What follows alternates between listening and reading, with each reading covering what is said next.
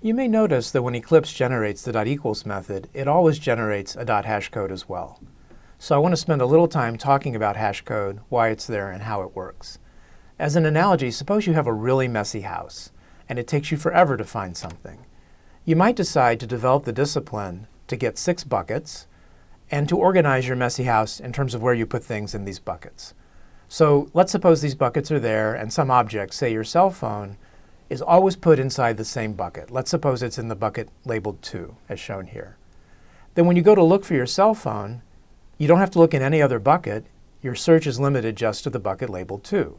So even if your house is very messy and the buckets are all kind of disorganized, at least you've cut down your search space to 1/6 of what it might otherwise have been by organizing your objects into buckets. Java has the same idea implemented for every object, and it's called the object's hashcode.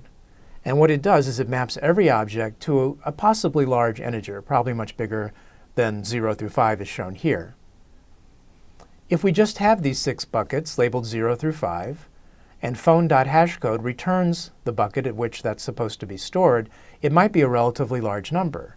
How do we reduce that large number to something between 0 and 5? Recall the modulus operator, spelled as a percent sign, will take whatever value phone.hashcode returns and map it to a value whose remainder is found after division by 6, so it's going to be a value between 0 and 5. So in the bigger picture, phone.hashcode mod 6 tells me what bucket in which I would find the phone. Let's suppose it's bucket 2. But inside that bucket might be a lot of other objects, and I still have to look through those one by one to see whether I find the phone in the bucket at all. So phone.hashcode tells me what bucket to look in, then .equals on each object in the bucket can be applied to see if the phone is really there. So suppose in our bucket we have a pencil, the Taj Mahal, phone, and a moss-covered 3-handled family Gradunza. In that case, if we look at the pencil first, it won't .equal the phone. We move on to the Taj Mahal, it doesn't equal the phone. They're objects of different types. Recall how we wrote equals, so they're going to right away be dismissed as not equaling our phone.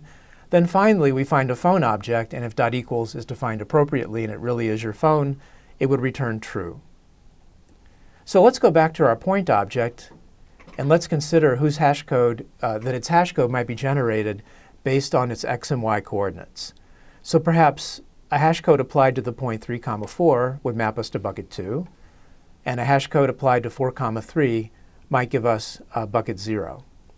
Now, how do we implement hashcode? It's possible and correct, although not so efficient, that hashcode simply always returns 0.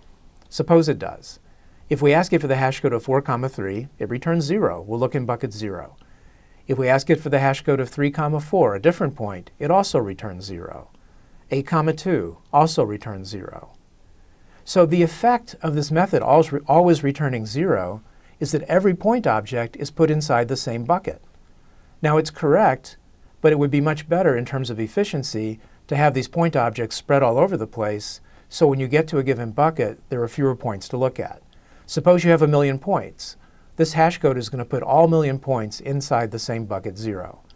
A hashcode that randomizes the points more uniformly across the buckets would cut that search down to 1/6 of what you otherwise would have to do. Let's look at a different implementation. How about x plus y? So my hashcode is simply going to return x plus y, and we would mod that with 6 to get a value between 0 and 5. So look at 4, 3. 4, 3 gives us the sum of 7, and mod 6, that gives us the value 1, so it's mapped to bucket 1. Where does 3, 4 go? I'm sorry, where does 8, 2 go? 8 plus 2 is 10, mod 6 is 4, so that goes into bucket 4.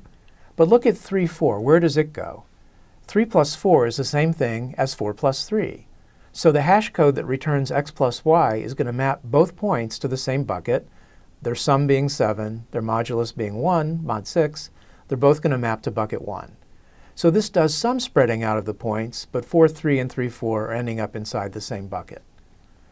Now here's a different hashcode function which looks strange.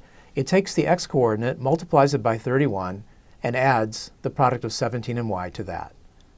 This turns out to spread out the objects much more evenly. 8, 2 winds up in bucket 0. You can try this computation on your own and see that. 4, 3 ends up in bucket 1, and 3, 4 ends up in bucket 5. So this is the type of function that Eclipse generates automatically, and it involves multiplying and adding by prime numbers, which, due to a result called the Chinese remainder theorem, which we don't study here, has the property of spreading out the points more uniformly. Now, it's impossible to do a perfect job. We have 6 buckets. By the pigeonhole principle, the minute we add 7 objects to these buckets, 2 of them must be inside the same bucket. So we can't get every object in its own bucket, but we like to spread them around as uniformly as possible.